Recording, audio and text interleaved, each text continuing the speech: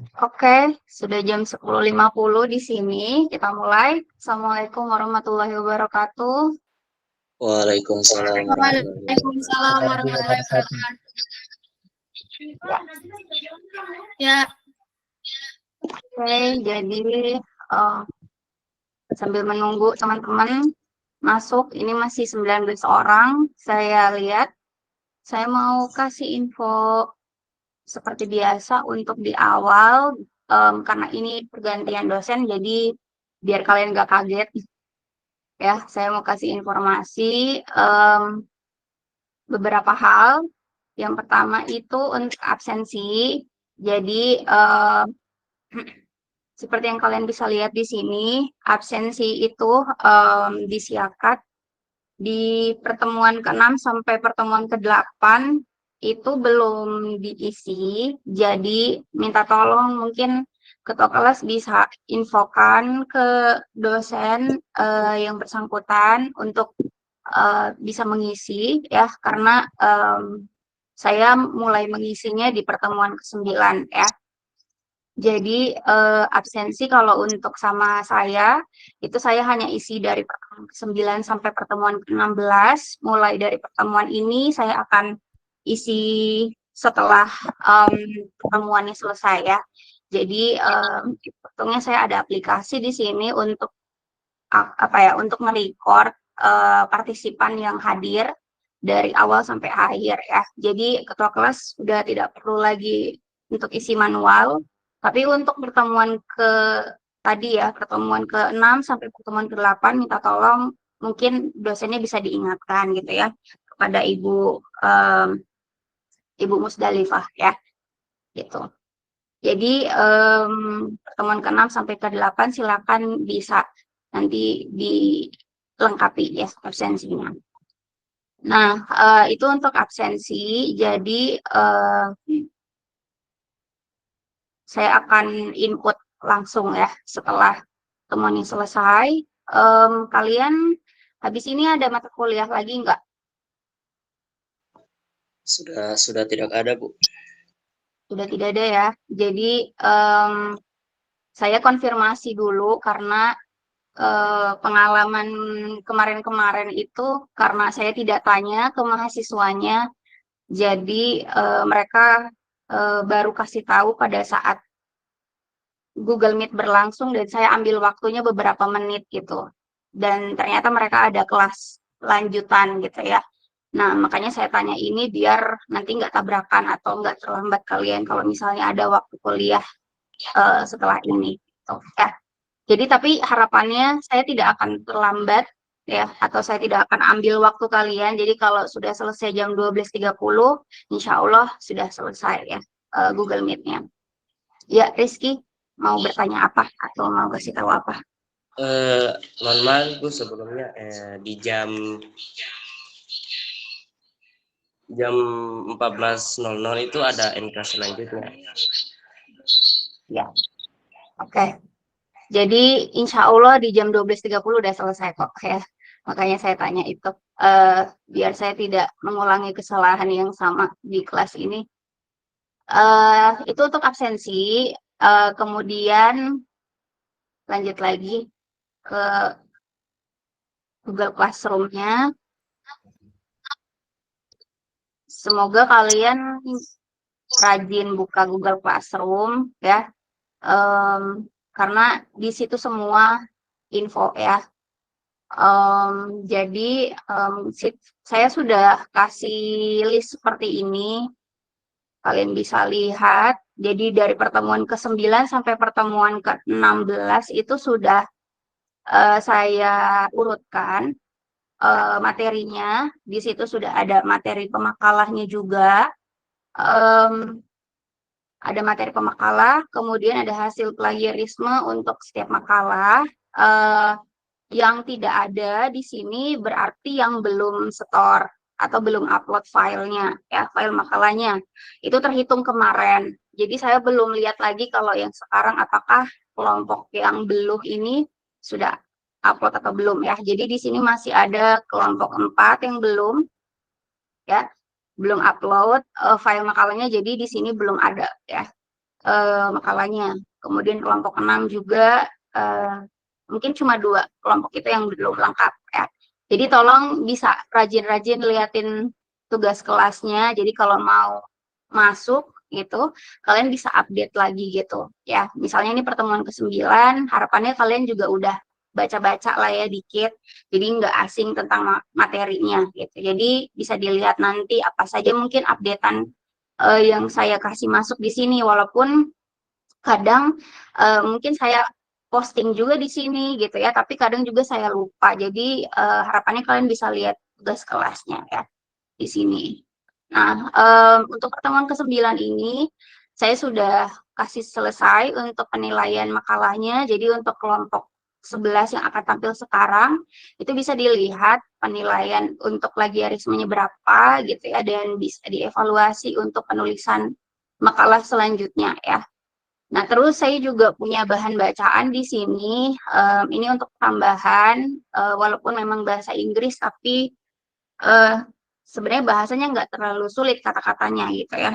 Ini untuk tambahan kalian. Kalau misalnya ketika kalian baca makalah dari kelompok 11 itu masih kurang memahami atau masih belum apa ya, belum jelas gitu ya, eh, bisa mencoba untuk membaca bahan bacaan dari saya ya. Kalau ada yang mungkin tidak dipahami juga minta tolong bisa dikomentari ya, biar saya juga tahu yang kalian kurang pahami itu di bagian mana. Kemudian di sini ada tadi malam sempat saya upload novel filsafat. Sebenarnya ini adalah bahan bacaan untuk pertemuan 8 awal gitu ya. Saya mungkin berpikir waktu itu saya yang masuk duluan gitu. Jadi rencananya itu yang mau saya kasih ke kalian. Cuman karena saya di pertemuan 8 kedua ini, jadi saya nggak sempat kasih. Ini novel sebenarnya bagus banget untuk kalian baca, mungkin di sela-sela waktu luang kalian gitu ya, karena ini bentuknya novel, jadi nggak begitu berat bacaannya, bukan buku filsafat yang berat sekali, tapi ini apa ya, bacaan untuk pengantar sebenarnya. Saya dapat e-booknya, ini adalah buku novel dari Mizan ya. Jadi penerbitnya Mizan, jadi penerbitnya bagus. Aslinya ini novel bahasa Inggris, tapi diterjemahkan ke bahasa Indonesia. Dan ini sebenarnya bagus untuk kita tahu filsafat secara keseluruhan itu seperti apa gitu. Karena yang kita masukin ini adalah sekarang filsafat pendidikan gitu. Jadi mungkin ada baiknya kita atau adik-adik secara mandiri bisa belajar mandiri atau membaca seperti apa sih filsafat itu, apalagi di buku ini itu runut membahas mengenai sejarah filsafat itu gitu. Dari mulai kemunculan filsafat itu sebelum Masehi sampai sekarang ya. Dan kalau kalian baca ini, kalian sebenarnya bisa menghubungkan dengan materi yang kita akan pelajari sebenarnya untuk 8 pertemuan yang kedua ini gitu ya. Tapi saya tidak mewajibkan kalian membaca, tetapi ada baiknya kalian bisa baca atau lihat-lihat seperti apa sih isinya gitu ya. Karena tentunya saya nggak bisa bacain kalian satu-satu atau saya bisa menjelaskan semuanya. Tentunya karena waktunya sangat terbatas untuk itu gitu ya. Jadi ini saya perkenalkan untuk kalian, silakan kalau yang suka baca novel bisa baca novel filsafat ini ya. Oke, mungkin itu untuk pengantarnya, infonya. Kayaknya so far saya sudah kasih tahu. Kalau mungkin info tambahan bakal mungkin saya akan posting di Google Classroom ya. Untuk notulen yang akan jadi notulen hari ini, nanti minta tolong bisa diketik ataupun entah tulis tangan, silakan catat apa saja yang ditanyakan, yang siapa yang bertanya, siapa yang menjawab, siapa yang menambahkan gitu ya. Dan nanti di upload di sini ya. Jadi tulis di sini misalnya notulensi Meet ke-9 gitu ya. Terus nanti di-upload di entah mau di-upload atau ditambahkan link di sini gitu ya. Jadi nggak usah lagi balik ke Google, sorry, ke WhatsApp group ya, tapi ke Google Classroom. uploadnya, biar saya bisa nanti masukkan di tugas kelas untuk pertemuan ke-9. Jadi nanti akan saya lengkapi notulensinya di sini, gitu ya, biar saya nggak repot lagi pindah-pindahin file. Mungkin itu saja untuk infonya. Semoga sudah terkumpul orang-orangnya yang akan presentasi. Jadi untuk yang kelompok 7 kemarin, itu silakan mau ke kelompok siapa ya. Nanti tolong kasih tahu kalau misalnya mau gabung ke kelompok siapa, biar saya juga akan nilai dan saya tahu orangnya yang mana gitu ya. Jadi silakan gabung, misalnya kelompok 7 ada 2 orang, silakan gabung ke kelompok yang belum tampil, biar nanti bisa tampil dan ada nilainya. Jadi sambil nanti presentasi, saya sambil nilai langsung, saya sudah ada daftar Excel-nya, jadi silakan adik-adik bisa aktif ya. Dan gunakan waktunya sebaik mungkin. Mungkin itu ya untuk info dari saya. Saya selesai untuk kasih info. Silakan untuk yang mau tampil kelompok kelompok berapa ini? Kelompok 11 ya. Silakan bisa di share screen PPT-nya, PowerPoint-nya.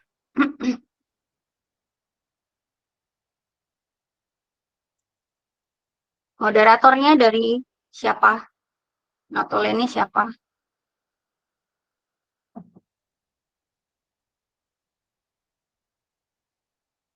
Suci sebagai apa? Mohon izin Bu, saya sebagai moderator. Ya. Suci sebagai moderator dan notulen atau notulennya beda orang? Syafa sebagai notulen Ibu. Oke. Sip. Pemakalanya siapa? Hadir Dea semua Asif. kah? Dea sama siapa? Nurdia Bu. Nurdia hadir. Hadir. Hadir Bu. Oke. Silakan, mungkin ya bisa dimulai moderator, waktu dan tempatnya saya persilakan. Ibu mohon maaf, Iya. Afifah Putri kayaknya gak gabung di kelompok Bu. Afifah Putri. Afifah kelompok 7 kemarin. Iya. Oh iya. Jadi berarti Afifah juga presenter hari ini ya? Iya. Ya, oke. Silakan bisa dimulai moderator. Baik, terima kasih atas kesempatan yang telah diberikan Bu. Assalamualaikum warahmatullahi wabarakatuh. Waalaikumsalam warahmatullahi wabarakatuh. Salam sejahtera, salam sejahtera untuk kita semua. Yang pertama-tama puji syukur kita panjatkan atas kehadirat Allah Subhanahu wa taala yang mana masih memberikan kita sempat juga sehat sehingga kita masih bisa melanjutkan perkuliahan pada pagi hari ini sekalipun dalam via online, tapi kita usahakan untuk bisa mengoptimalkan perkuliahan kita pada pagi hari ini. Kemudian yang kedua kalinya, salawat beserta salam tak lupa pula kita haturkan kepada junjungan kita Nabi Muhammad SAW. Pertama-tama yang sama-sama kami hormati yaitu dosen pengampu mata kuliah pada pagi hari ini yaitu Ibu Vita Indi Febriani SPD MPD. Kemudian juga teman-teman sekalian yang juga saya banggakan. Nah, di sini saya Suci Rahmadani dengan NIM A22123.024. Saya selaku moderator yang akan memimpin diskusi kita pada pagi hari ini, yang dimana yang tampil pada Meet 9 ini yaitu kelompok 11. Baik, untuk mengefisienkan waktu, kepada kelompok pemateri, saya persilahkan untuk mempresentasikan materinya.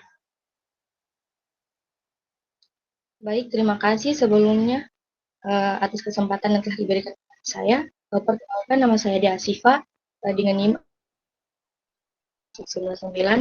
Saya perwakilan dari kelompok 11 dengan pertemuan ke-9 yang akan memaparkan materi kami, yang dimana yang berjudul memahami aliran filsafat pendidikan di dalam progresivisme.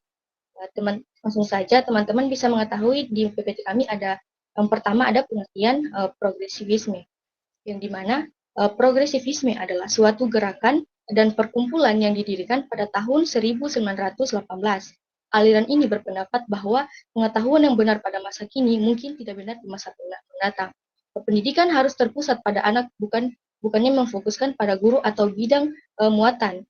Progresivisme juga mempunyai konsep yang didasari oleh pengetahuan dan kepercayaan bahwa manusia itu mempunyai kemampuan yang wajar dan dapat menghadapi dan mengatasi masalah-masalah yang bersifat menekan atau mengancam adanya manusia itu sendiri. Kemudian yang kedua ada pandangan filsafat progresivisme tentang pendidikan. Ada beberapa pandangan filsafat progresivisme, antara lain yang pertama, tujuan pendidikan. Yang dimana tujuan pendidikan adalah pendidikan harus memberikan keterampilan dan alat-alat yang bermanfaat untuk berinteraksi dengan lingkungan yang berada dalam proses perubahan secara terus-menerus. Yang dimaksud dengan alat-alat adalah keterampilan pemecahan masalah yang dapat digunakan individu untuk menentukan, menganalisis, dan memecahkan masalah. Pendidikan bertujuan agar peserta didik memiliki kemampuan memecahkan berbagai masalah dalam kehidupan pribadi maupun kehidupan sosial atau dalam berinteraksi dengan lingkungan sekitar yang berada dalam proses perubahan. Kemudian yang kedua ada kurikulum pendidikan, yang dimana kurikulum pendidikan mengembangkan metode pengajaran yang berpangkat pada kebutuhan, kepentingan, dan inisiatif subjek didik. Jadi ketertarikan anak adalah titik tolak bagi pengalaman belajar. Imam Bernadi menyatakan bahwa kurikulum progresivisme adalah kurikulum yang tidak bisa dan dapat direvisi, sehingga cocok adalah kurikulum yang berpusat pada pengalaman. Kemudian yang ketiga ada metode pendidikan. Ada beberapa metode pendidikan yang biasanya dipergunakan oleh aliran progresivisme di antara lain. Yang pertama ada metode pendidikan aktif, yang kedua metode monitor kegiatan belajar, yang ketiga metode penelitian ilmiah, yang keempat pemerintahan pembelajaran pendidikan progresivisme, yang kelima kerjasama sekolah dengan keluarga, yang keenam sekolah sebagai laboratorium pembaharuan pendidikan. Selanjutnya ada pendidikan. Pendidikan juga ini didasarkan pada keyakinan bahwa pendidikan harus terpusat pada anak, bukanlah memfokuskan pada guru atau bidang muatan. Menurut progresivisme, pendidikan selalu dapat proses perkembangan dan sebagai suatu rekonstruksi pengalaman yang terus-menerus. Progresivisme juga menekankan 6 prinsip mengenai pendidikan dan belajar. Yang pertama ada pendidikan seharusnya adalah hidup itu sendiri, bukan persiapan untuk kehidupan. Yang kedua, belajar harus langsung berhubungan dengan anak. Yang ketiga, belajar melalui pemecahan masalah hendaknya diutamakan daripada pemberian bahan belajar. Yang keempat, ada guru berperan sebagai pemberi advice, bukan untuk mengarahkan. Yang kelima, sekolah harus menggerakkan kerjasama daripada kompetensi. Yang terakhir ada demokrasilah satu-satunya yang memberi tempat dan gerakan pribadi-pribadi saling tukar-menukar ide atau secara bebas yang diperlukan untuk pertumbuhan sesungguhnya. Yang kelima ada pelajar, di mana pelajar sekolah adalah dunia kecil atau miniatur masyarakat besar. Aktivitas ruang kelas difokuskan pada praktik pemecahan masalah, serta atmosfer setelah diarahkan pada situasi yang kooperatif dan demokratif. Kemudian yang keenam ada pengajar. Pengajar juga ini yaitu guru dalam melakukan tugasnya mempunyai peranan sebagai fasilitator, orang yang menyediakan diri untuk memberikan jalan kelancaran proses belajar sendiri siswa. Kemudian motivator, orang yang mampu membangkitkan minat siswa untuk terus giat belajar sendiri. Kemudian ada konselor, di mana konselor ini yang membantu siswa menemukan mengatasi sendiri masalah-masalah yang dihadapi oleh setiap siswa. Dengan demikian, guru perlu mempunyai pemahaman yang baik tentang karakteristik siswa dengan teknik-teknik memimpin. Kemudian ada perkembangan siswa. Perkembangan siswa ini serta kecintaan pada anak agar dapat menjalankan peranannya dengan baik. Kemudian ada juga yang terakhir ada konsep-konsep aliran pendidikan progresivisme. Ada 6 aliran-aliran yang ada 6 konsep-konsep aliran pendidikan progresivisme. Yang pertama ada pengalaman langsung, di mana pengalaman langsung juga ini menekankan pentingnya peserta didik mereka dapat belajar melalui eksplorasi, observasi, percobaan, dan proyeknya. Guru berperan sebagai fasilitator yang membantu peserta didik memperoleh pengalaman belajar yang bermakna. Kemudian ada belajar berdasarkan minat, yang dimana merupakan faktor penting dalam proses belajar. Peserta didik diajak untuk mengembangkan minat mereka sendiri dan memiliki kebebasan dan memilih topik atau proyek yang ingin mereka eksplorasi. Yang kemudian ada belajar kolaboratif. Belajar kolaboratif ini sangat penting untuk peserta didik agar mereka diajak untuk bekerja dalam kelompok, berdiskusi, dan saling membantu dalam mencapai tujuan pembelajaran. Kemudian ada pembelajaran berbasis masalah. Pembelajaran berbasis masalah ini di mana peserta didik diajak untuk memecah masalah nyata. Mereka diberi tugas atau proyek yang menantang atau memecahkan dan mengembangkan keterampilan kritis, kreativitas, dan pemecahan masalah. Kemudian ada pembelajaran mandiri. Pembelajaran mandiri ini peserta didik diberi kebebasan untuk mengatur waktu, merencanakan, dan memutar tujuan belajar mereka sendiri. Kemudian yang terakhir ada penilaian holistik aliran progresivisme. Penilaian yang holistik yang melibatkan pengamatan langsung terhadap kemajuan peserta didik. Mungkin itu saja yang bisa saya paparkan dari kelompok kami. Kurang lebihnya mohon dimaafkan. Assalamualaikum warahmatullahi wabarakatuh. Saya kembalikan ke moderator. Baik, terima kasih untuk kelompok 11 dalam memaparkan materinya. Baik, kita lanjut kepada sesi tanya jawab. Nah, di sini saya membuka pertanyaan untuk teman-teman semua. Jika ada yang ingin bertanya, mohon raise hand.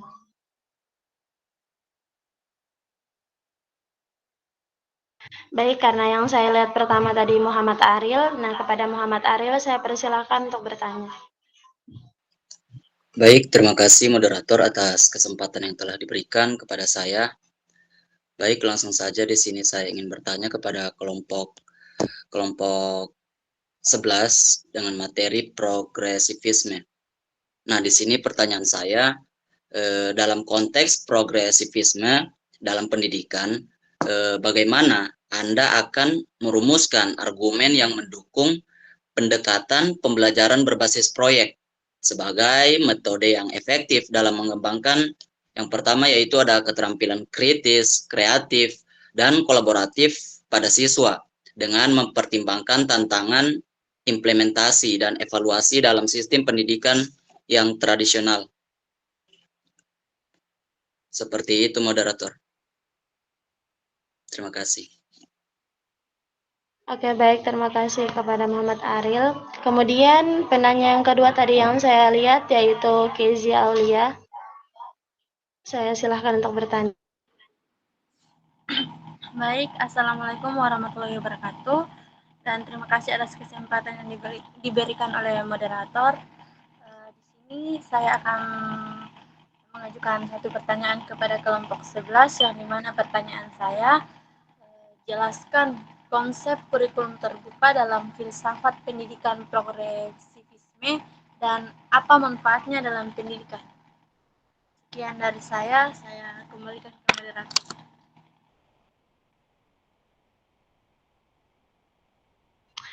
Oke, baik. Dan yang tadi saya lihat penanya terakhir yaitu Muhammad Bintang Anugrah. Kepadanya saya persilahkan untuk bertanya.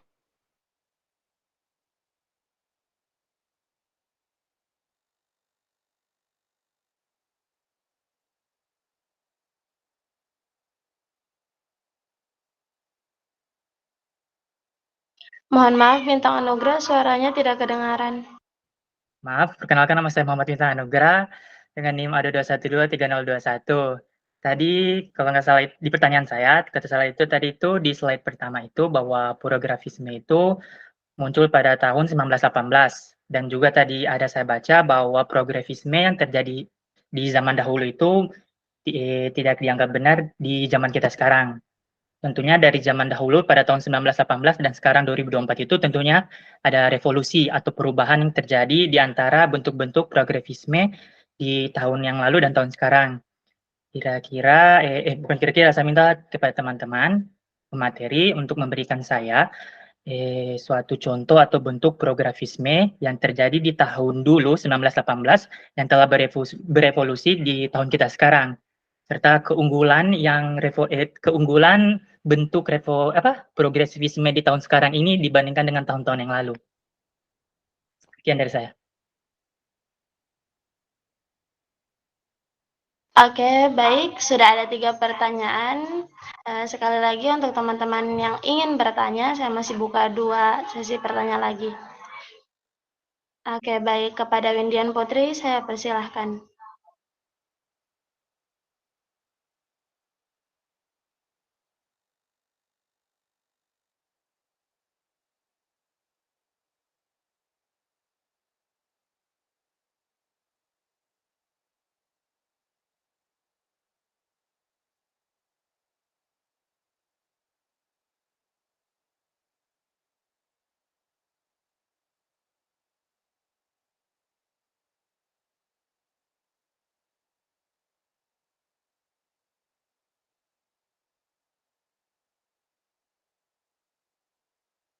Cara pendidikan progresif menekan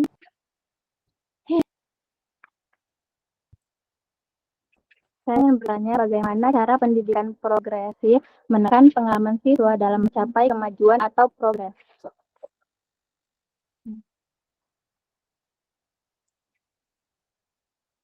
Oke, baik. Mungkin teman-teman yang bertanya, pertanyaannya boleh dikirim di room chat. Sekali lagi, untuk teman-teman semuanya, masih ada yang ingin bertanya?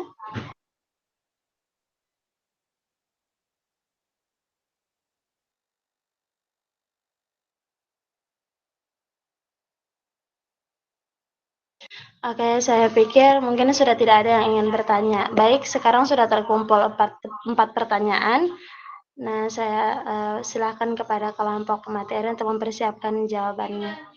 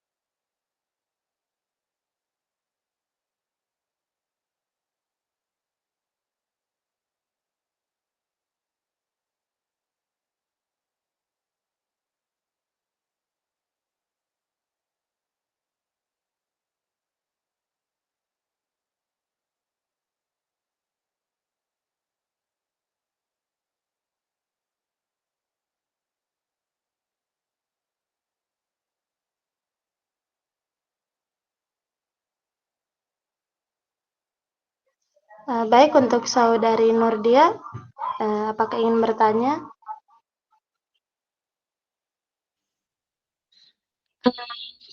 Saya ingin menjawab pertanyaan dari Kezia.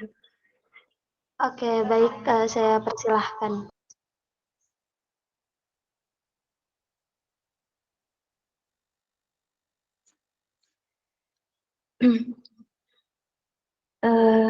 Saya langsung saja pada jawabannya. Konsep kurikulum terbuka dalam filsafat pendidikan, progresivisme menekankan pada fleksibilitas, partisipasi siswa, dan penyesuaian dengan kebutuhan individu. Dalam konteks ini, kurikulum tidaklah statis, tetapi dapat disesuaikan dengan minat, bakat, dan kebutuhan belajar masing-masing siswa. Manfaat utamanya adalah memungkinkan pengalaman belajar yang lebih berpusat pada siswa, meningkatkan motivasi belajar, dan memfasilitasi pengembangan potensi individu secara optimal. Selain itu, pendekatan ini juga mendorong kolaborasi antar guru dan siswa, serta memperluas kesempatan untuk eksplorasi dan penemuan dalam pembelajaran. Mungkin hanya itu yang dapat saya sampaikan. Sekian, saya kembalikan kepada moderator. Oke, baik, terima kasih. Sebelum saya kembalikan kepada penanya, saya persilakan untuk teman-teman semua apakah ingin menyanggah atau memberikan tambahan. Saya silakan.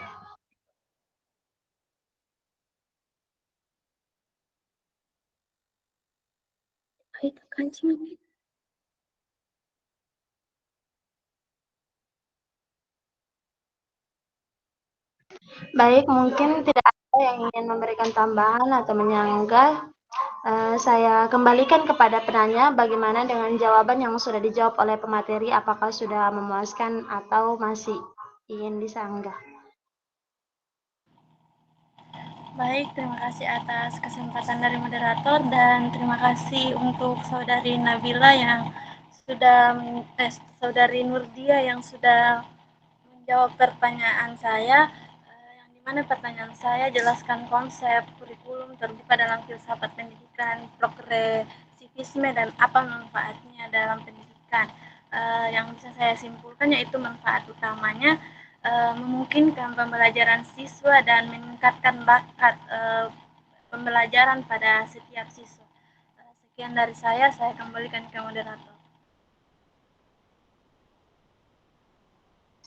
Oke, baik. Terima kasih juga kepada Saudari Keziana. Untuk teman-teman pemateri, mungkin bisa menjawab pertanyaan yang lain.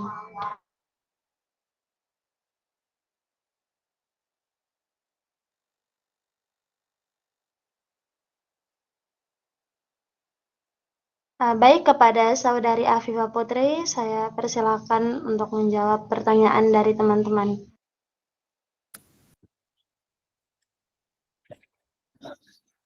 Baik, terima kasih moderator atas kesempatannya.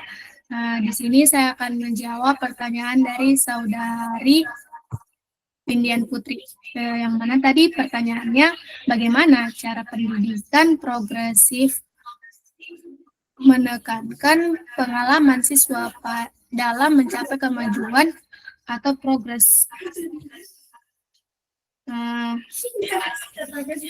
Ada beberapa cara yang dapat menekankan pengalaman siswa.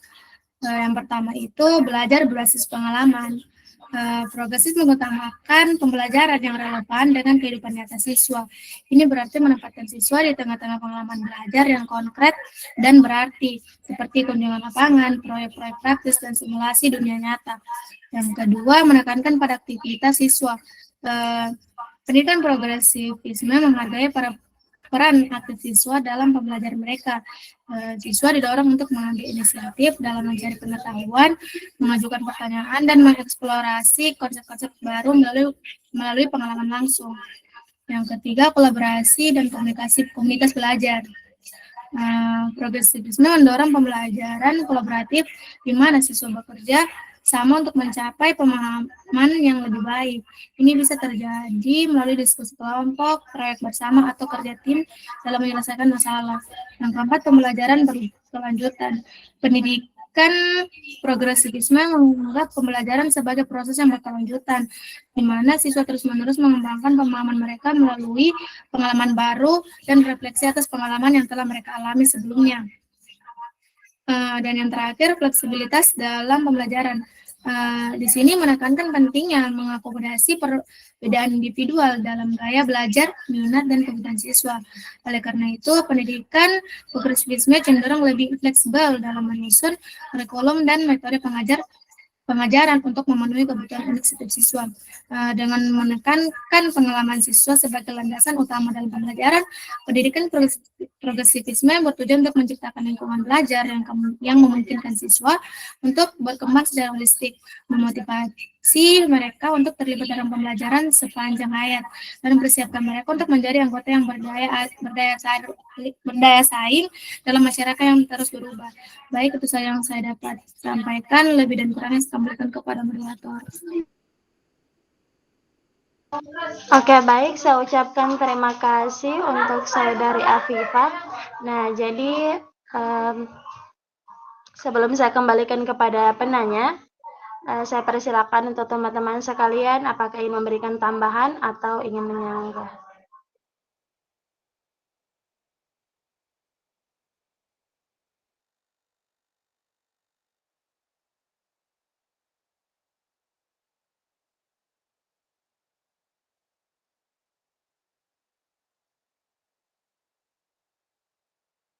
Oke, baik. Sepertinya tidak ada yang ingin memberikan tambahan atau ingin menyanggah. Nah, saya kembalikan kepada penanya, bagaimana dengan jawaban yang tadi sudah dipaparkan oleh saudari Afifah Putri, apakah sudah bisa diterima? Baik, terima kasih atas jawaban yang telah diberikan oleh saudari Afifah, dan saya rasa jawabannya sudah jelas dan bisa saya pahami. Terima kasih. Saya kembalikan kepada moderator. Oke, baik. Terima kasih.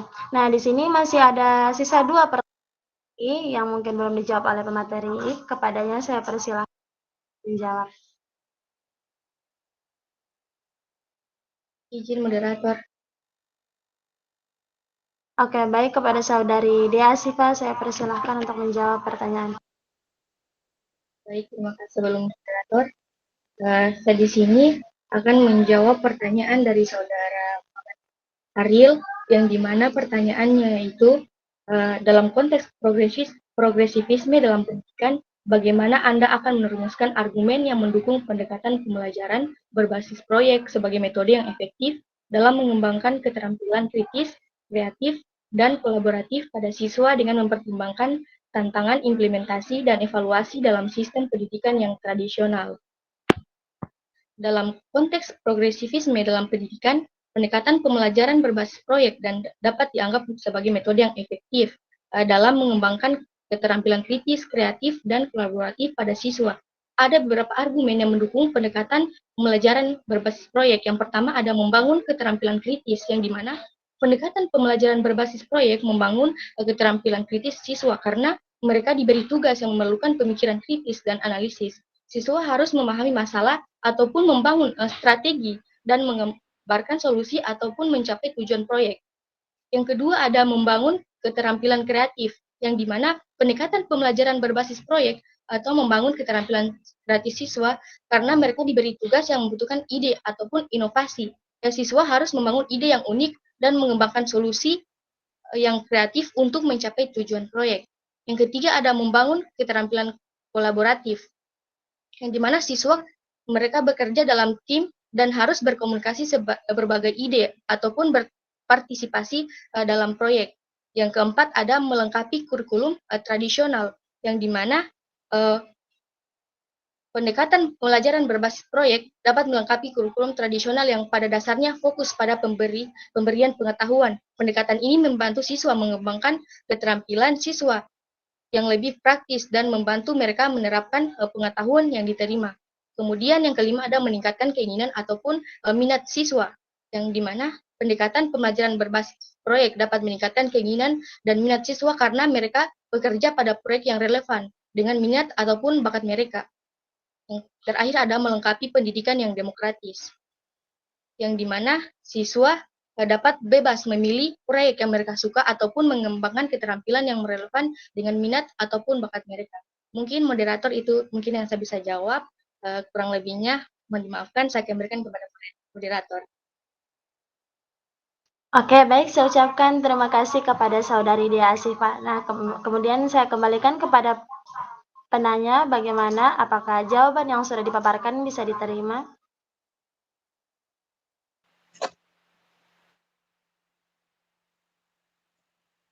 Moderator, mungkin dari saudari Kezia ingin menambahkan. Oh iya, mohon maaf. Baik, untuk saudari Kezia Aulia, mungkin ingin menambahkan. Baik, terima kasih atas kesempatan dari moderator. Langsung saja jawaban saya, tambahan jawaban dari saudari Dea, yang dimana jawaban saya argumen yang mendukung pendekatan pembelajaran berbasis proyek sebagai metode yang efektif dalam mengembangkan keterampilan kritis, kreatif, dan kolaboratif pada siswa dalam konteks progresivisme dalam pendidikan, dengan mempertimbangkan tantangan implementasi evaluasi dalam sistem pendidikan yang tradisional. Kita dapat melakukan yang pertama itu pengembangan keterampilan aktif. Pendekatan pembelajaran berbasis proyek mendorong siswa untuk menjadi lebih aktif dalam proses pembelajarannya.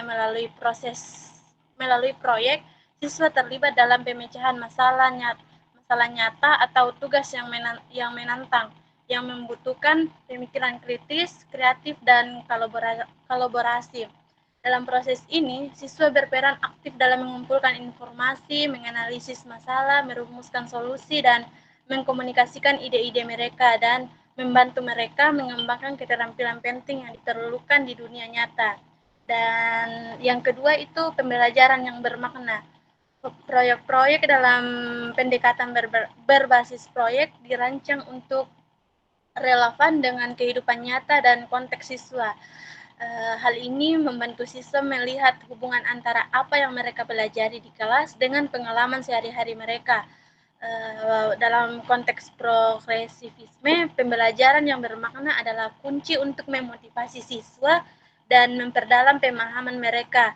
Dengan menghadapi tantangan nyata dalam proyek, siswa lebih terlibat dan memiliki motivasi intrinsik untuk mencari pemahaman yang lebih dalam. Dan yang ketiga itu kolaborasi dan komunikasi. Pendekatan berbasis proyek mendorong siswa untuk bekerja secara kolaboratif dalam kelompok. Siswa perlu bekerja bersama, berbagi ide, dan memecahkan masalah bersama-sama. Ini mempromosikan keterampilan kolaboratif dan kerjasama yang penting dalam dunia kerja dan kehidupan sosial. Selain itu, dalam proyek siswa juga harus dapat mengkomunikasikan ide-ide mereka secara efektif dan secara lisan maupun tertulis. Dan yang keempat, evaluasi holistik. Tantangan dalam implementasi evaluasi dalam sistem pendidikan tradisional adalah fokus yang terlalu besar pada penilaian berbasis tes atau ujian. Pendekatan pembelajaran berbasis proyek memungkinkan evaluasi yang lebih holistik dan komprehensif.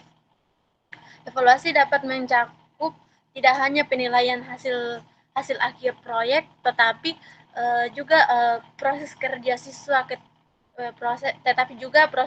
siswa, keterlibatan mereka dalam kolaborasi, kualitas prestasi atau produk yang dihasilkan, dan refleksi pribadi mereka.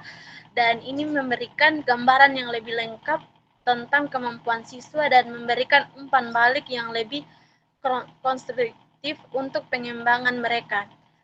Sekian dari jawaban saya atau tambahan dari saya kembalikan ke moderator. Oke, baik. Terima kasih kepada saudari Kezia Aulia. Nah, kemudian saya lanjutkan kepada penanya. Apakah dari dua jawaban tadi sudah bisa diterima? Baik, terima kasih kepada moderator dan terima kasih juga kepada saudari Afifa, saudari Dea, dan juga saudari Kezia telah menjawab pertanyaan saya tadi. Baik, dari dua jawaban tersebut saya dapat menyimpulkan bahwa progresivisme dalam konteks pendidikan itu menggunakan pembelajaran yang berbasis proyek itu sangat bermanfaat untuk pendidikan, di mana dapat mengembangkan keterampilan kritis, kreatif, dan kolaboratif, komunikatif pada siswa. Contohnya seperti yang disampaikan oleh saudari Kezia dan juga saudari Dea, bahwa pembelajaran berbasis proyek itu dapat meningkatkan keterampilan berpikir kreatif, kritis, dan juga kolaborasi antara siswa, yang dimana mereka dapat memberikan ide-ide mereka atau ide kreatif dari mereka itu sendiri, dan juga dapat berpikir berpikir kritis dalam menyelesaikan masalah-masalah di dalam sebuah proyek tersebut. Kurang lebih itu saja yang saya dapat simpulkan, dan jawabannya sudah sangat bisa saya terima dan memuaskan. Terima kasih. Saya kembalikan kepada moderator. Oke, baik. Terima kasih kembali kepada Muhammad Aril. Nah, kemudian untuk kelompok pemakalah masih ada sisa satu jawaban terakhir. Nah, saya persilahkan untuk dijawab.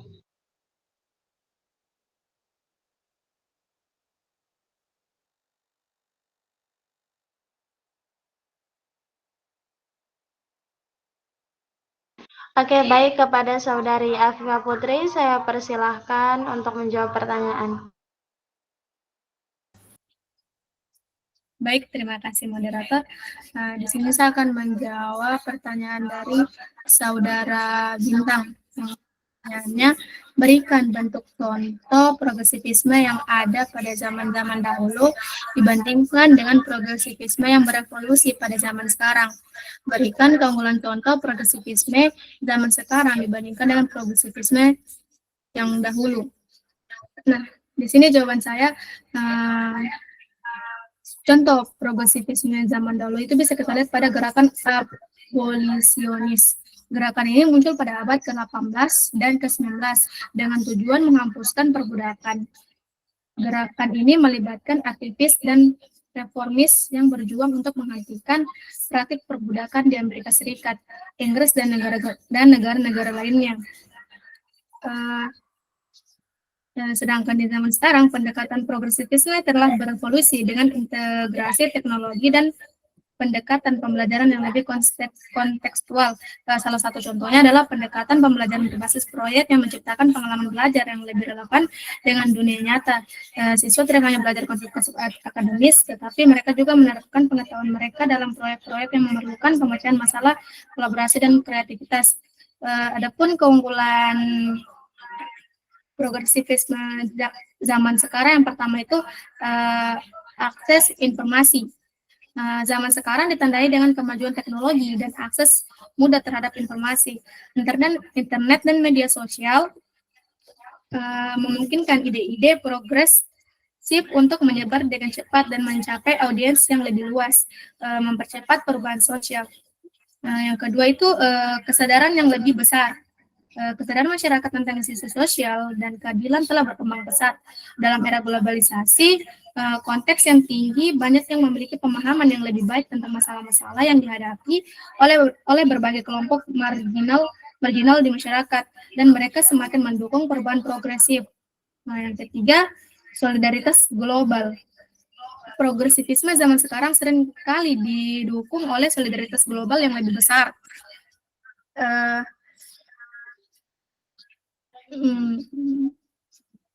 Organisasi dan jaringan internasional memungkinkan kolaborasi antara aktivis dan gerakan di berbagai negara, memperkuat upaya perubahan sosial yang progresif.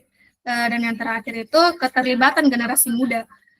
Generasi muda saat ini memiliki peran yang signifikan dalam mempromosikan progresivisme. Mereka memiliki akses ke pendidikan yang lebih baik dan memiliki kemampuan untuk menggunakan teknologi dengan lebih baik, sehingga dapat berkontribusi secara aktif dalam perubahan sosial dan politik. Dan perlu kita ingat bahwa progresivisme pada zaman sekarang dan zaman dahulu memiliki konteks dan tantangan yang berbeda. Sementara progresivisme zaman dahulu memiliki mungkin mencapai perubahan yang signifikan dalam masa-masa tertentu. Progresivisme zaman sekarang memanfaatkan kemajuan teknologi dan kesadaran global untuk mencapai dampak yang lebih luas dan lebih cepat. Baik, itu saja yang dapat saya sampaikan. Lebih dan kurangnya saya kembalikan kepada moderator. Oke, baik. Terima kasih kepada Saudari Afifah Putri. Nah, sebelum saya kembalikan kepada penanya, saya berikan kesempatan untuk teman-teman semua yang ingin memberikan tambahan atau ingin memberikan sanggahan. Saya silahkan.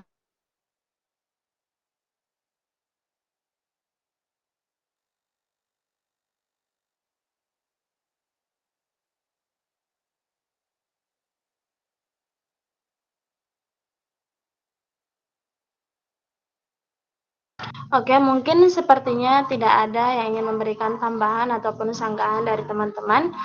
Saya kembalikan kepada penanya, apakah dari jawaban yang sudah dipaparkan bisa diterima? Oke, terima kasih moderator. Mohon maaf Afifat untuk tadi penjelasan contoh serta keunggulan saya sudah paham. Itu di bagian bawah itu saya sudah pahami. Tapi ada tadi di bagian pertama, contoh yang terjadi pada zaman dahulu itu saya masih kurang paham. Bisa diulangi jawabannya, mungkin saya yang kurang memahami.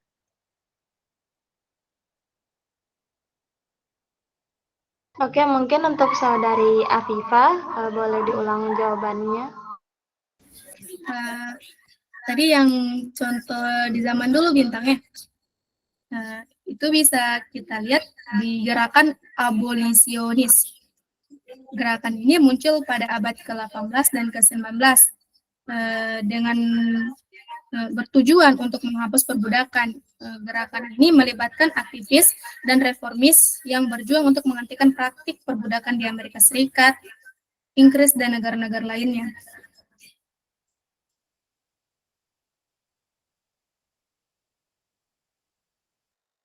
Oke, bagaimana kepada saudari Bintang?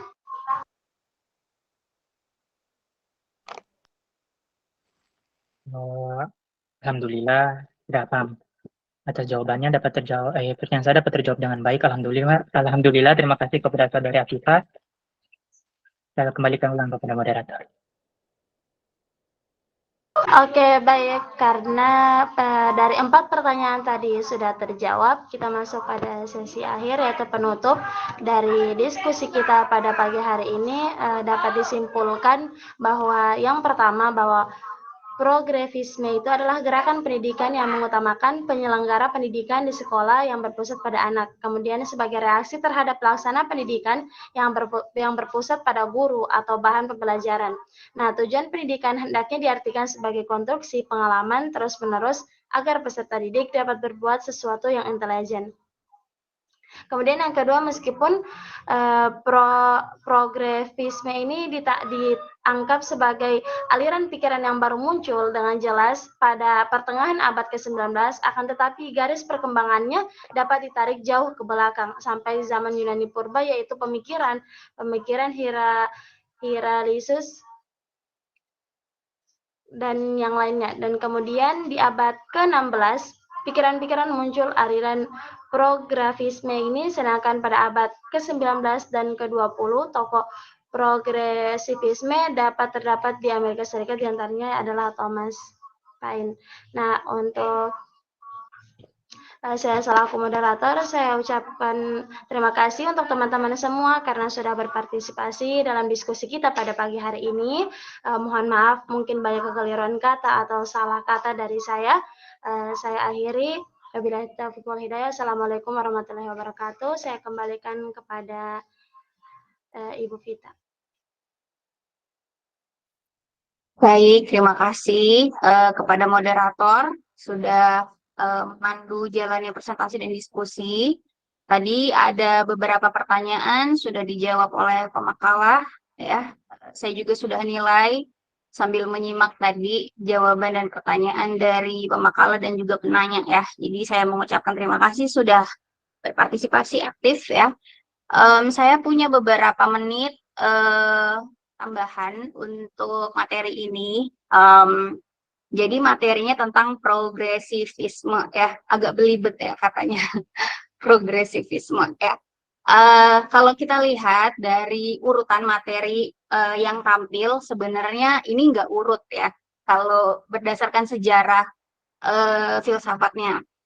Jadi nanti di minggu depan itu kita mundur belajarnya. Jadi progresif itu harusnya di depan gitu, ya. Kemudian esensialisme dan perennialisme itu di belakang. Jadi nanti untuk yang kelompok yang akan tampil di minggu depan kita nanti kilas balik lagi gitu, ya. Jadi nggak urut, ya. Nah, bagi saya materi ini sangat menarik karena secara pribadi atau subjektivitas saya cenderung relate terhadap progresivisme ya dibandingkan dengan aliran filsafat yang lain ya. Karena seperti yang kita ketahui bahwa progresivisme itu dia menentang yang namanya sesuatu itu statis gitu ya atau tetap atau kekal. Jadi yang namanya progresif itu selalu berubah gitu. Jadi perubahan itu selalu wajar terjadi ya. Sementara kalau aliran filsafat yang di belakang dari progresivisme itu mereka cenderung melihat bahwa yang absolut atau yang kekal, yang pasti itu yang benar gitu. Jadi bisa kelihatan ya bedanya antara progresivisme dengan aliran filsafat yang lain ya. Nah, saya mau share screen materi yang ada di Google Classroom yang saya sudah upload ya. Jadi ini materinya bagus menurut saya ya. Jadi saya mau bahas ya materi di sini.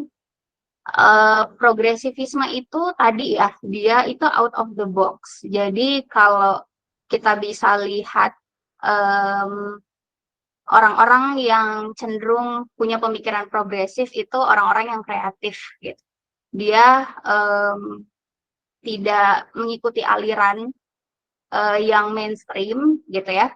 Jadi dia memang cenderung seolah-olah berbahaya gitu bagi orang-orang yang pemikirannya itu absolut gitu. Absolut di sini artinya orang-orang yang berpikir bahwa yang tetap itu yang dipertahankan gitu. Yang mereka katakan benar itu yang tetap gitu. Jadi mereka menolak adanya perubahan. Sementara kalau progresif itu mereka cenderung tidak suka yang namanya sesuatu itu yang kaku atau rigid gitu ya. Jadi kelihatan gitu ya ada bersebelahan antara progresivisme dengan aliran filsafat misalnya esensialisme atau perennialisme nanti ya. Nah, jadi orang yang progresif itu dia adalah orang yang punya pemikiran out of the box ya. Dia di luar dari kotak gitu. Jadi kalau kotak itu di dalamnya adalah orang-orang yang cenderung suka sesuatu itu sudah sudah terjadi terus-menerus dan itu tidak berubah gitu. Jadi dia di dalam kotak, sementara kalau progresif itu dia di luar kotak gitu. Jadi dia tidak berbentuk gitu ya. Sementara kalau yang tadi itu dia berbentuk kotak gitu ya. Jadi dia dibatasi oleh misalnya sesuatu yang sudah turun-temurun dilakukan atau turun-temurun dipercayai gitu ya nilai-nilainya. Nah, itu progresif. Progresif di sini ya, dia berasal dari filosofi pragmatisme ya. Jadi dia berakar pada aliran filsafat pragmatis. Nah, adik-adik belum belajar sebenarnya aliran filsafat pragmatis ya. Jadi balik lagi sebenarnya ke novel yang tadi saya sebutkan yang ada di Google Classroom itu, bahwa filsafat itu adalah induknya pengetahuan ya. Jadi dia lahir sebelum pengetahuan yang sekarang sudah maju. Seperti misalnya pendidikan. Pendidikan itu salah satu produk dari filsafat gitu ya. Jadi filsafat itu sudah ada sebelum Masehi ya. Sampai setelah Masehi sampai sekarang. Sehingga aliran-aliran filsafat itu bukan hanya aliran filsafat yang kita pelajari sekarang gitu ya, yang khususnya di bidang pendidikan, tapi aliran filsafat secara menyeluruh atau yang melihat kehidupan. Nah, salah satu aliran filsafat kehidupan itu adalah pragmatisme gitu ya. Jadi pragmatisme ini dia itu menginspirasi filsafat pendidikan progresivisme. Nah, apa itu pragmatis? Pragmatis itu melihat sesuatu itu dinyatakan benar atau bernilai kalau dia berguna untuk kehidupan gitu atau kelihatan buktinya. Itu pragmatis gitu. Ya, jadi kelihatan yang berguna itu yang mana oleh mata kita gitu atau terukur ya. Jadi dinyatakan benar itu kalau kita bisa melihat adanya outputnya, ya, itu pragmatis. Nah, sehingga pragmatis ini menginspirasi progresif gitu ya. Menginspirasi progresif, di mana progresif itu berarti sesuatu itu kalau di pendidikan dinyatakan misalnya pendidikan itu berhasil, kalau inspirasinya dari pragmatis adalah berarti nanti siswanya itu harus bisa kelihatan dia itu misalnya pinter atau misalnya nggak pinter gitu. Jadi kelihatan misalnya siswa yang pintar dan nggak pintar gitu karena dari inspirasinya pragmatis tadi gitu ya. Nah, beda dengan ini dia menyatakan unlike perennialism ini ya, tidak seperti perennialisme yang meyakinkan atau dia itu mengatakan bahwa kalau perennialisme ya itu melihat bahwa kebenaran itu universal gitu. Nah, kalau progresif itu melihat pengalaman manusia sebagai dasar pengetahuan dibandingkan otoritinya gitu ya. Jadi artinya saya berarti sudah menyinggung perennialisme di sini. Berarti perennialisme itu melihat bahwa ada otoriti gitu atau ada pemegang tertinggi dari pendidikan itu gitu. Jadi biasanya pendidikan perennialisme itu sangat subjeknya tuh ke guru gitu ya atau fokusnya ke guru. Sementara kalau progresif karena dia itu melibatkan pada pengalaman manusia sebagai pendidikan, berarti manusia di sini bukan guru tetapi siswanya gitu ya. Nah, itu bedanya ya. Kemudian by focusing on human experience as the basis for knowledge, the philosophy of education shifts the focus of educational theory from school to student. Jadi dengan memfokuskan pada manusianya, pengalaman manusia, pengalaman siswa gitu ya, maka ada pergeseran pendidikan dari sekolah ke siswa gitu.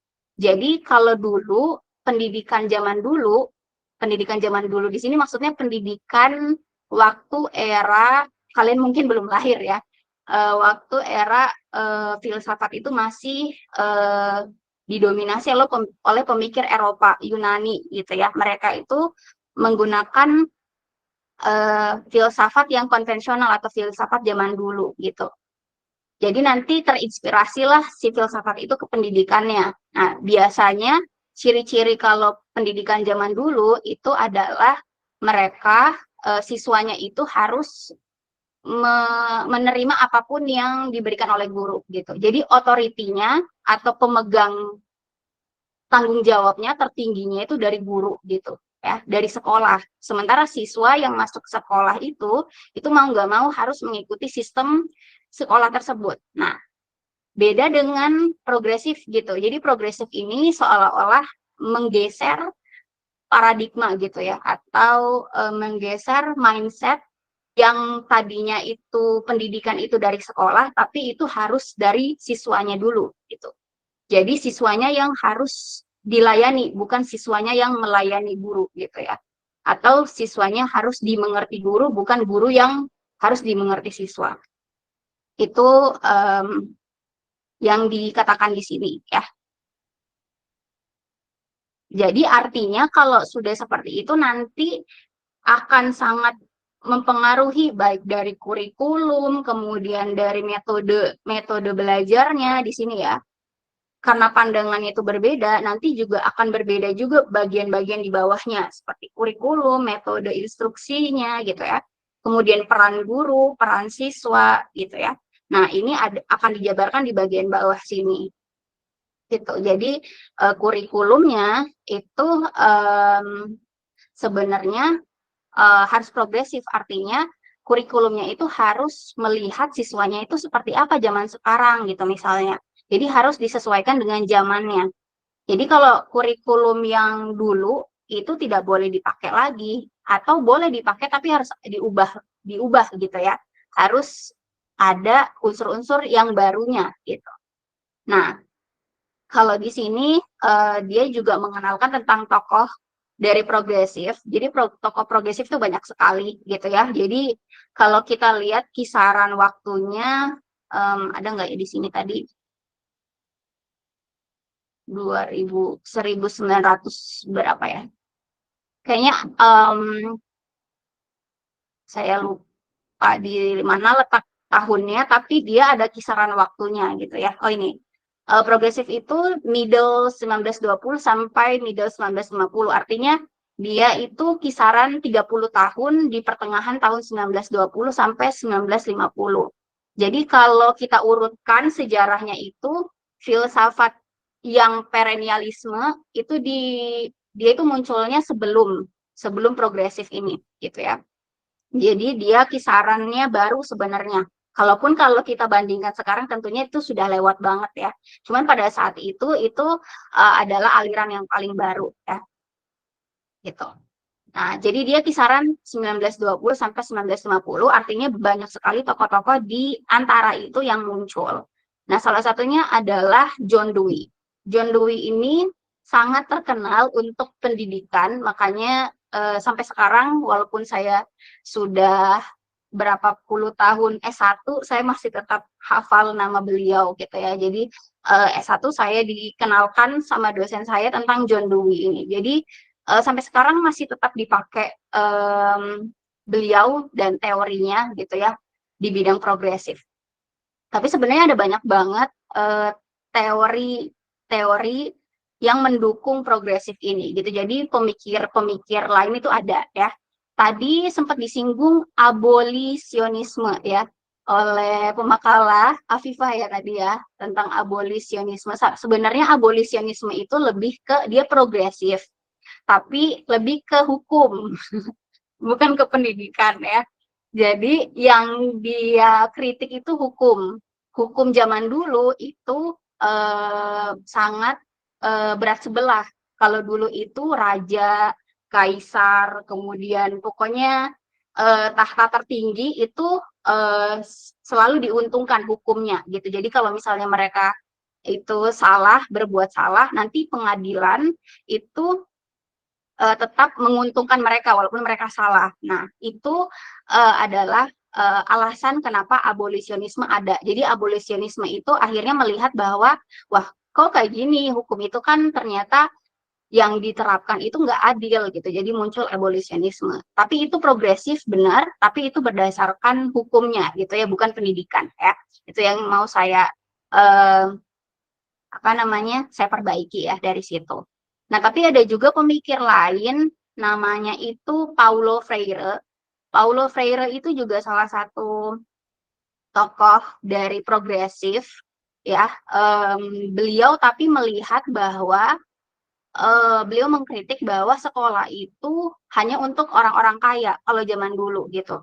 Jadi bukan pada saat kita dijajah aja ya di Indonesia, tetapi pada waktu itu di daerah Eropa itu juga mereka sama mirip-mirip seperti kita gitu. Jadi sekolah itu hanya khusus untuk anak-anak orang kaya saja gitu. Sementara orang-orang miskin itu tidak dapat sekolah gitu. Jadi mereka nggak bisa mendapatkan pendidikan karena sekolah itu mahal gitu.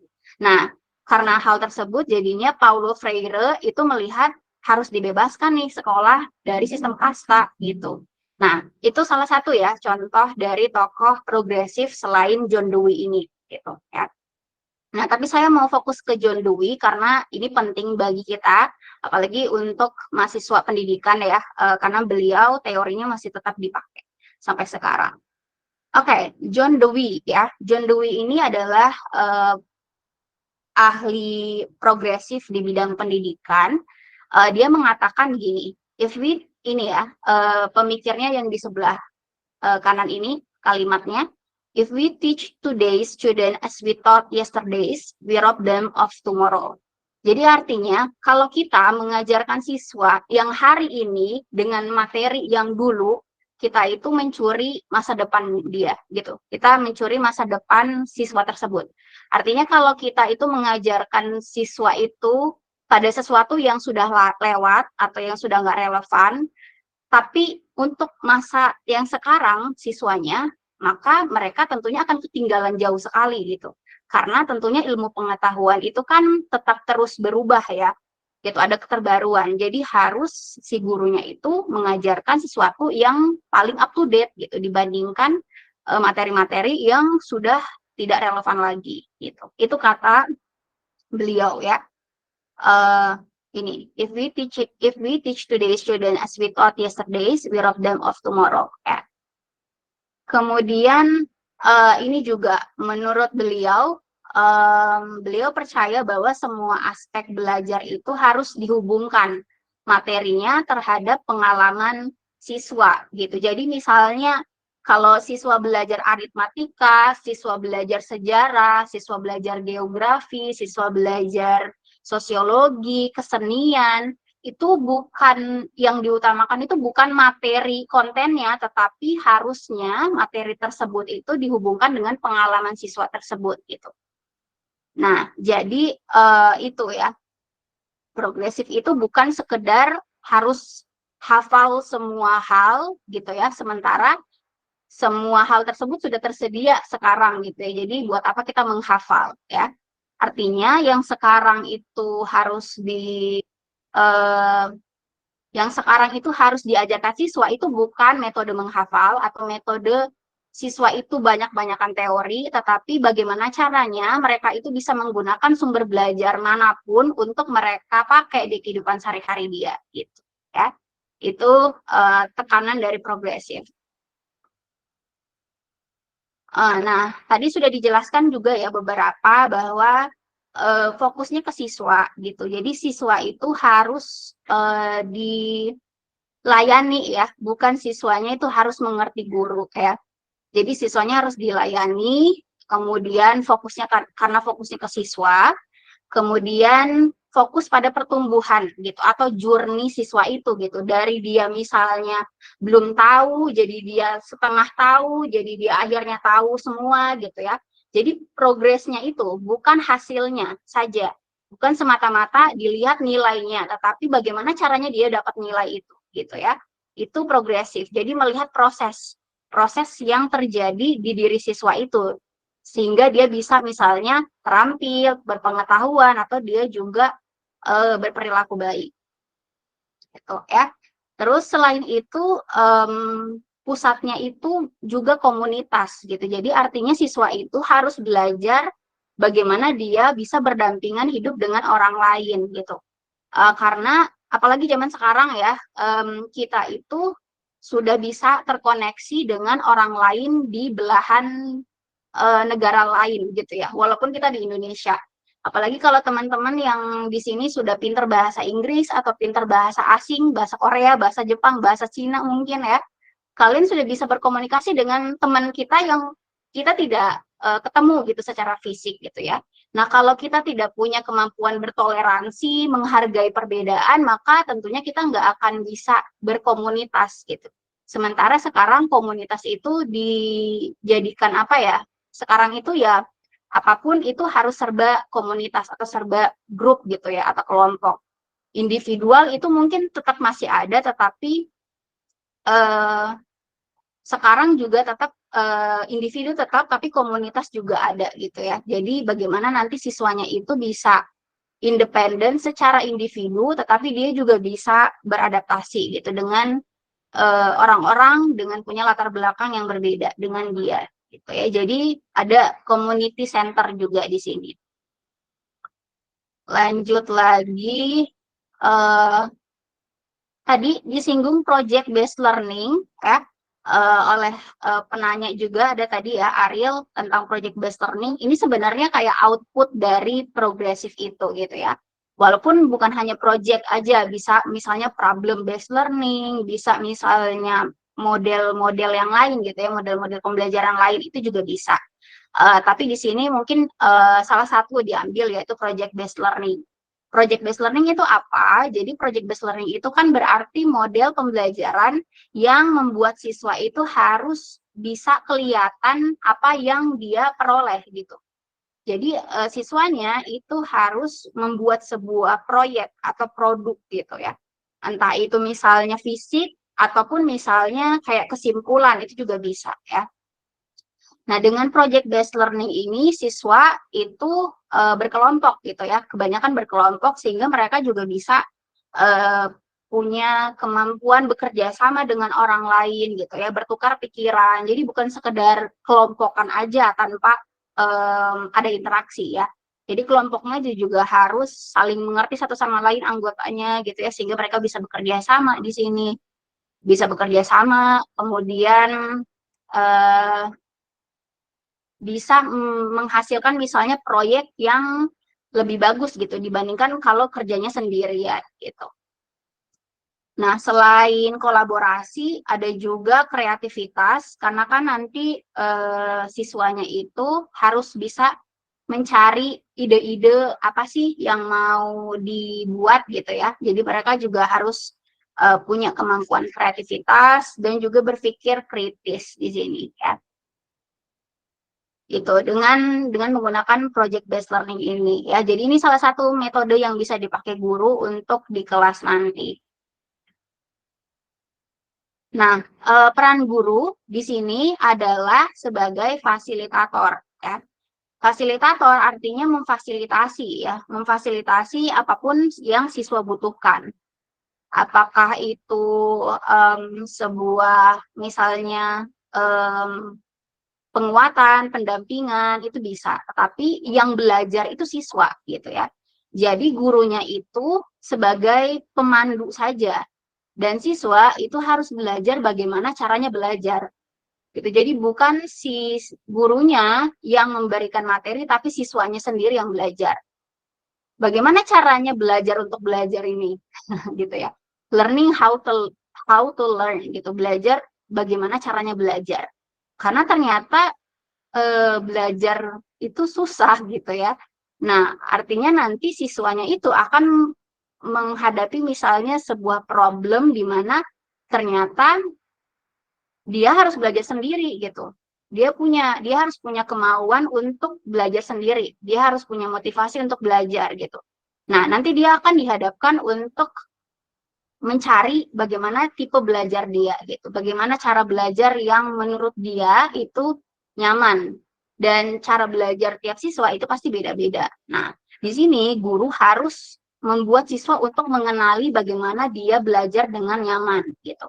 Misalnya ada siswa yang dia itu konsentrasi kalau belajarnya sendiri gitu ya. Nah, jadi si gurunya itu harus membuat siswanya itu sadar bahwa kamu belajarnya seperti ini, tipe belajarnya begini, berarti kamu nanti belajarnya harus seperti ini, seperti ini, seperti ini gitu. Nah, tapi itu tidak bisa disamaratakan untuk siswa yang lain gitu.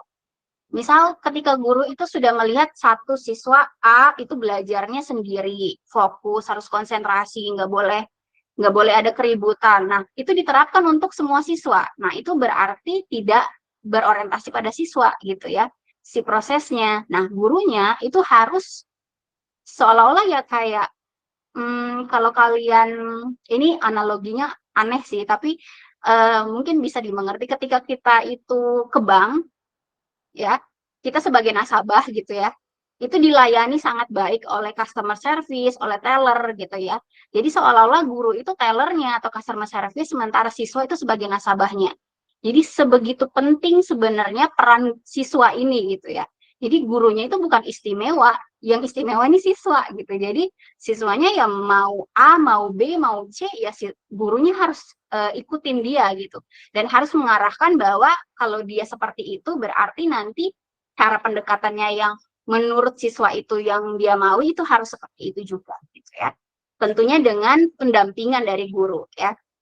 Gitu. Jadi artinya nanti si siswanya bisa tahu, oh saya itu suka belajarnya begini, berarti nanti tanpa guru pun dia akan belajar gitu, karena dia udah tahu bahwa cara saya belajar beda dengan cara teman saya belajar. Dan ketika saya berbeda dengan teman saya, bukan berarti saya bodoh gitu ya.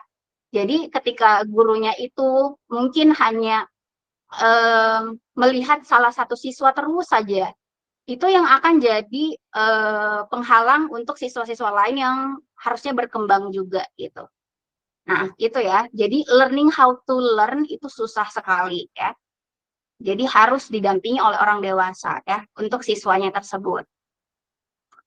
Lanjut, ini saya nggak bahas semua ya. Nah, ini juga sangat penting bahwa progresif itu sangat mendukung sistem demokrasi gitu ya. Artinya demokrasi ini bukan lahir tanpa persamaan yang dominan. Kalau kita lihat sejarah demokrasi itu orang-orangnya bukan orang-orang yang sama gitu ya, latar belakangnya sama bukan, tapi mereka berbeda gitu ya. Berbeda tapi bagaimana caranya bisa menyatukan gitu ya. Dan bagaimana caranya juga menghargai perbedaan tersebut. Jadi sangat penting progresif ini tuh bukan sekedar siswa itu hanya pintar secara intelektual atau pengetahuan, tetapi dia mungkin tidak terampil misalnya dalam bersosialisasi. Nah, progresif itu harus membuat siswanya itu tahu atau apa ya, paham atau familiar dengan sistem demokrasi ya. Jadi artinya di kelas tersebut, siswa-siswa tersebut itu tahu bahwa mereka beda-beda nih gitu ya. Entah misalnya cita-citanya beda gitu ya, kemudian sukunya berbeda, bahasa mungkin daerahnya berbeda gitu ya. Terus pola asuh orang tuanya juga beda gitu ya. Nah, dengan perbedaan itu nanti di kelas siswanya tahu bahwa kita ini majemuk ya gitu ya. Jadi kita tuh nggak sama rata gitu ya. Karena itu tadi gitu, kita berbeda dari kita lahir gitu ya. Dari keluarga mana pasti beda. Nah, maka perlu nilai sistem demokrasi ini diajarkan juga di kelas gitu. Jadi nanti guru-gurunya itu juga harus menghargai perbedaan siswa tersebut gitu ya. Siswanya itu harus bisa gitu ya berdemokrasi ya, bukan cuma untuk kalangan orang dewasa yang sudah punya hak pemilu ya, tetapi anak-anak sedari dini mungkin mereka tuh juga harus tahu demokrasi, nilai-nilai demokrasi yang sederhana gitu ya. Dengan misalnya tadi toleransi terhadap agama yang berbeda gitu ya, dengan mungkin teman-temannya dia punya agama yang berbeda dan itu harus ditemani juga gitu ya, bukan dimusuhi gitu ya. Itu misalnya salah satu nilai yang gurunya harus ajarkan gitu ke kelasnya gitu ya, ke siswanya. Jadi sistem demokrasi ya, itu juga penting diajarkan di progresif. What else di sini? Pemecahan masalah ya, solving skills, problem solving gitu ya. Ini mungkin bukan hal yang baru bagi kalian karena sekarang itu ya jadi trendsetter sih sebenarnya problem solving ini ya, atau pemecahan masalah. Karena kalau kita lihat, kalau zaman dulu ya, kalau pendidikan zaman dulu tidak ada mengutamakan problem solving. Jadi kalau dulu saya masih mendapatkan itu waktu di sekolah, kita nggak disuruh untuk pinter itu bukan berarti harus bisa memecahkan masalah gitu ya. Tapi pinter itu harus jago menghafal misalnya, atau jago perkalian misalnya gitu ya. Itu sekarang udah nggak bisa diterapkan lagi gitu, karena udah ada kalkulator, ngapain kita harus jago perkalian 1.500 kali 2.320 gitu ya, pakai otak gitu ya. Kalau dulu kita harus jago itu karena nggak dibolehin pakai kalkulator. Kalau sekarang pendidikannya merdeka gitu, kita udah punya kalkulator, ngapain kita harus misalnya pakai metode zaman dulu jadinya gitu. Nah, sekarang yang harus diajarkan siswa itu adalah problem solving-nya, pemecahan masalah. Kenapa? Karena coba kalian lihat sumber belajar itu sebenarnya sekarang itu murah sekali gitu. Sumber belajar itu dimanapun ada gitu ya. Kita bisa dapetin gitu. Kalau dulu sumber belajar sangat terbatas. Sumber belajar itu dulu hanya buku. Dan itu hanya buku-buku yang dari penerbit tertentu gitu. Belum ada video, belum ada sosial media, belum ada podcast, belum ada konten-konten digital lain gitu ya. Sehingga problem solving belum jadi kunci utama untuk siswa. Nah, kalau sekarang karena sumber belajarnya dimanapun, kapanpun kita bisa belajar, sebenarnya gitu ya. Yang jadi poin penting adalah problem solving. Kenapa? Karena bagaimana caranya siswa itu belajar kalau dia nggak tahu sumber belajarnya itu berkualitas atau enggak. Nah itu ya, susah sekarang. Sebenarnya susah karena walaupun sumber belajar banyak, tapi kita belum bisa memastikan bahwa kualitasnya bagus atau enggak. Jadi ada 2 kali belajar sebenarnya sekarang itu. Yang pertama, siswa itu harus memilih sumber belajar yang berkualitas. Karena sumber belajar itu murah dan bisa didapatkan di mana aja. Misal, ketika kita itu mau nonton video tentang kesehatan ya, tentang kesehatan, tentang penyakit. Orang yang membuat video itu kita nggak tahu apakah dia dokter atau bukan gitu ya. Dia bisa aja mahasiswa tapi sambil baca, sambil belajar terus bikin video itu gitu kan. Jadi validitasnya nggak bisa kita pertahankan gitu. Seperti dulu. Kalau dulu sumber belajarnya sedikit tapi berkualitas. Kalau sekarang sumber belajarnya banyak tapi kualitasnya kita harus cari lagi. Nah, makanya kenapa problem solving ini tuh penting untuk siswa karena mereka harus punya kemampuan memilih sumber belajar yang berkualitas itu sebelum mereka belajar gitu ya. Jadi bayangkan 2 kali mereka belajar, mereka harus milih yang mana yang berkualitas baru mereka belajar gitu ya. Jadi problem solving sekarang adalah modal dasar untuk siswa ya. Lanjut apalagi ya. Ini kalau di website ini ada videonya juga ya. Contoh-contoh konstruktif contoh-contoh progresif gitu ya. Progresif. Jadi kebanyakan kalau kita lihat progresif itu lebih ke siswanya itu bikin proyek gitu ya, kemudian siswanya tuh aktif gitu, dia melakukan sesuatu tanpa misalnya kalau kita bandingkan metode yang zaman dulu kan siswanya ya aktif paling cuman mencatat doang gitu ya, tapi di sini mereka harus berbuat sesuatu. Jadi mereka yang berperan penting gitu, karena ya mereka kalau tidak belajar ya mereka nggak tahu apapun gitu ya.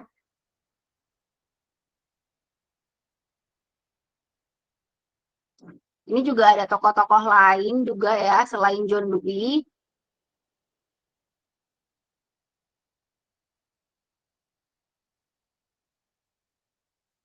Nah, di sini juga ada istilah pembelajaran yang bermakna ya.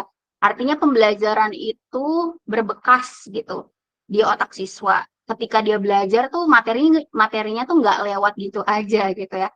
Jadi bermakna.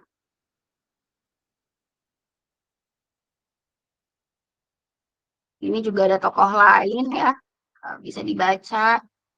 Nah itu ya. Jadi progressivism itu kalau bagi saya kalau contoh zaman sekarang itu adalah kurikulum merdeka, walaupun tentunya pasti ada pro kontra gitu ya.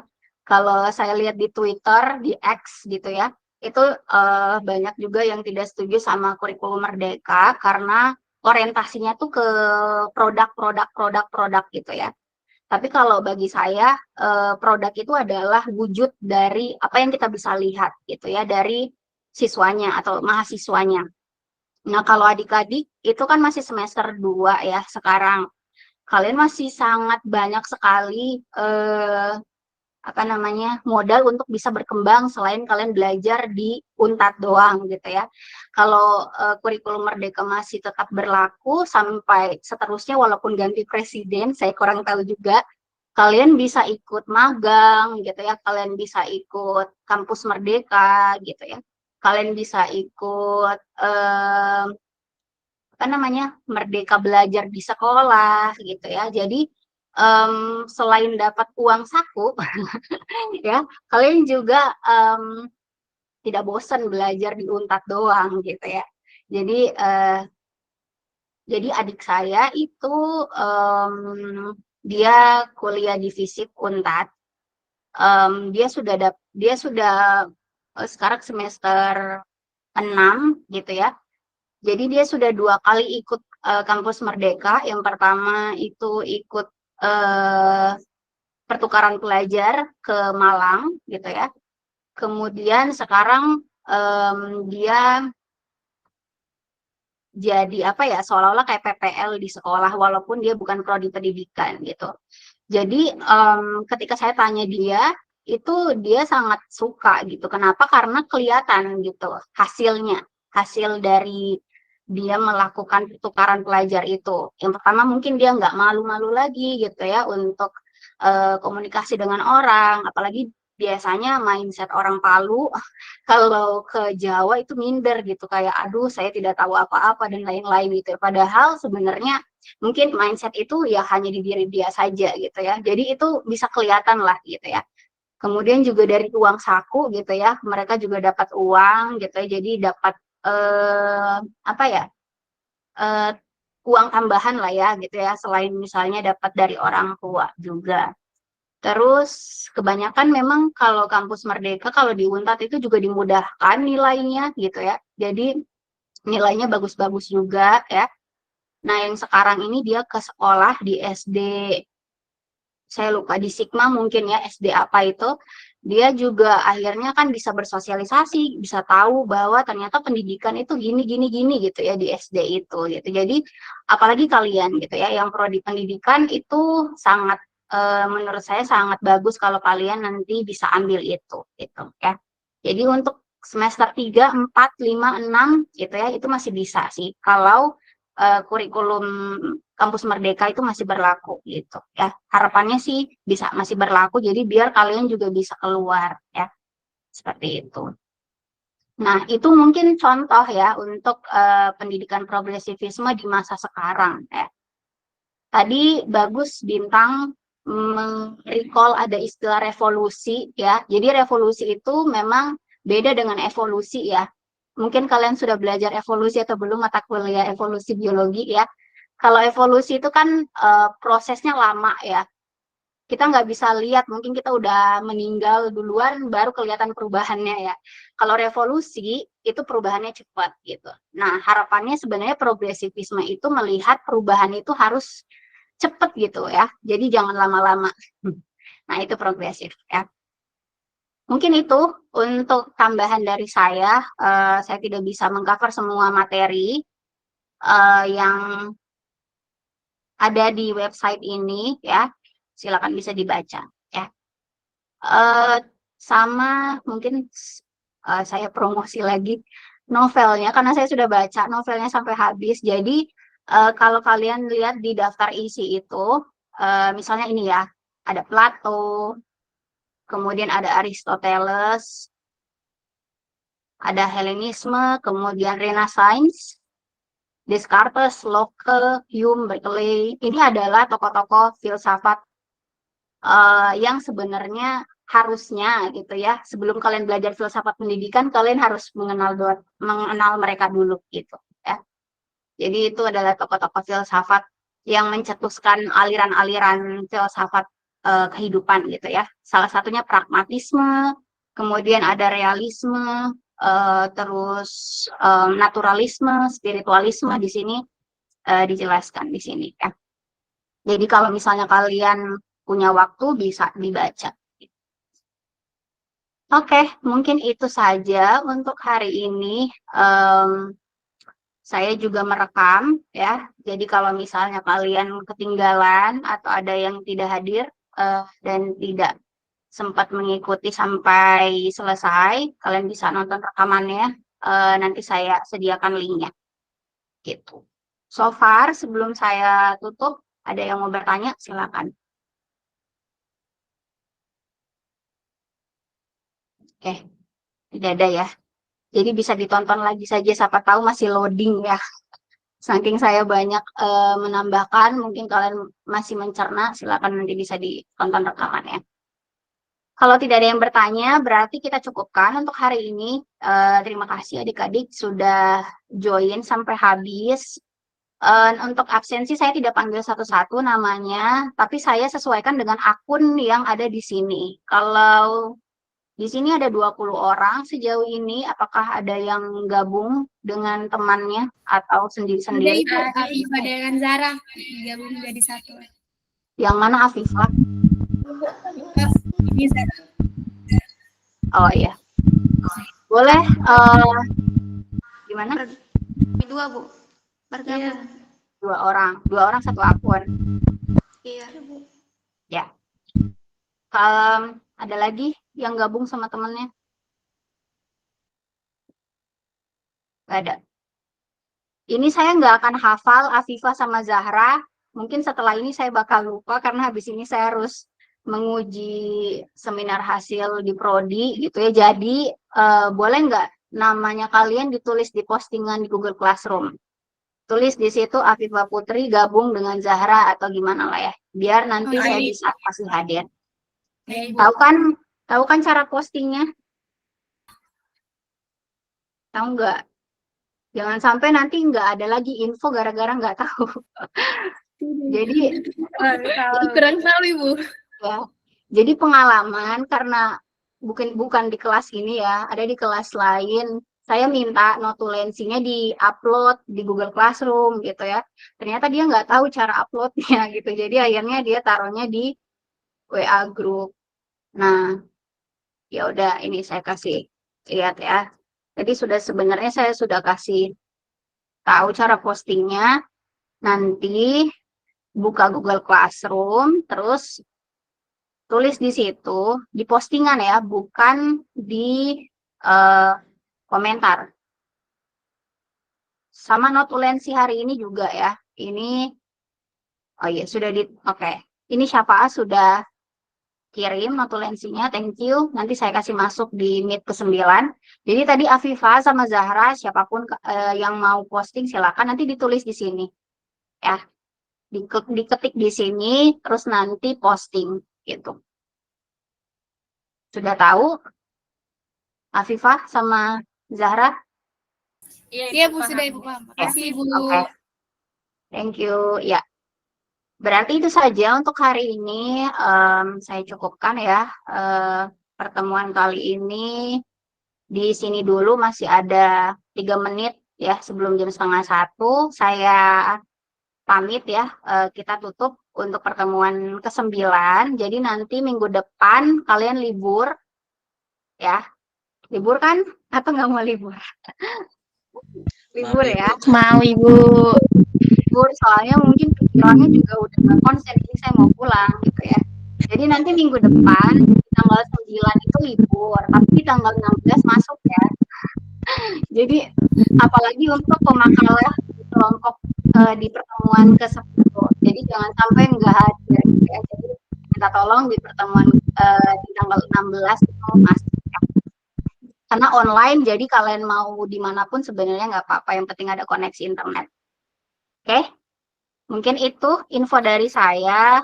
Kita ketemu lagi berarti 2 minggu depan. Sekaligus saya juga mohon maaf kalau misalnya ada hal-hal yang kurang berkenan dari saya gitu ya. Mohon dimaafkan walaupun belum Idul Fitri ya. Oke, kita ketemu lagi di tanggal 16 April nanti. Semoga dalam keadaan sehat-sehat semua adik-adik, bisa seger juga karena mungkin lagi puasa sekarang, mungkin masih itu ya, jadi nggak begitu terlalu fokus, saya maklumi, tapi nanti di tanggal 16 semoga bisa seger, kalian sudah ketemu keluarga dan lain-lain gitu ya, sudah fresh gitu ya pikirannya. Oke, kita akhiri. Assalamualaikum warahmatullahi wabarakatuh dan selamat.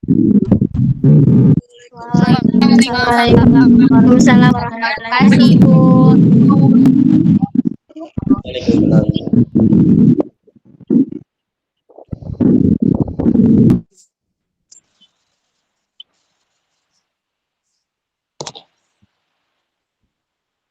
Oh, sudah.